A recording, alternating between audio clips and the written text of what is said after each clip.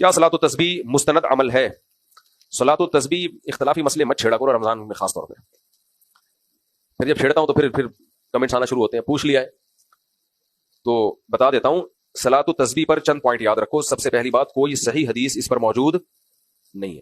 کوئی ایک بھی ایسی حدیث نہیں ہے جس کی سند بالکل ٹھیک ہو. لیکن چونکہ بہت کثرت سے حدیثیں ہیں تو محدثین کا اصول ہے کہ ضعیف حدیث تعدد طرق کی وجہ سے حسن درجے کو پہنچ جاتی ہے، قابل قبول بن جاتی ہے. میں نے جب یہ بات کہی نا تو ایک صاحب نے کمنٹس کیے ہوئے تھے، بہت سارے لوگ مل کے جھوٹ بولیں تو کیا وہ سچ ہو جائے گا؟ بھائی بہت سارے لوگ مل کے جھوٹ نہیں بول رہے. ضعیف حدیث موضوع من گھڑت نہیں ہوتی. اگر راوی کا جھوٹا ہونا ثابت ہو جائے نا تو وہ حدیث ضعیف نہیں کہلاتی، وہ تو موضوع من گھڑت کہلاتی ہے. تو ضعیف کا مطلب یہ ہے کہ راوی میں کچھ سقم ہے، اس کی میں ابھی ڈیٹیل میں نہیں آتا، تو اس کی وجہ سے یقین نہیں ہے. لیکن جب بہت سارے طریقے طرق سے وہ حدیث ثابت ہوگی تو محدثین کا اصول ہے کہ وہ درجہ حسن تک پہنچ جاتی ہے.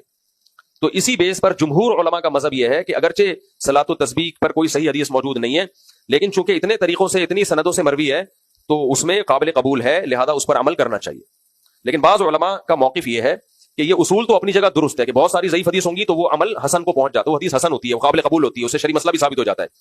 لیکن ان کا اصول یہ ہے بہت سارے علماء کا، جس میں علامہ ابن تیمیہ رحمہ اللہ بھی داخل ہے اور میرا بھی رجحان اسی رائے کی طرف ہے، وہ یہ ہے کہ اگرچہ ضعیف حدیث جب بہت کثرت سے ہو تو وہ قابل قبول ہے، وہ حسن ہے، لیکن اس سے جو عمل ثابت ہو رہا ہے اگر وہ متواتر حدیثوں کے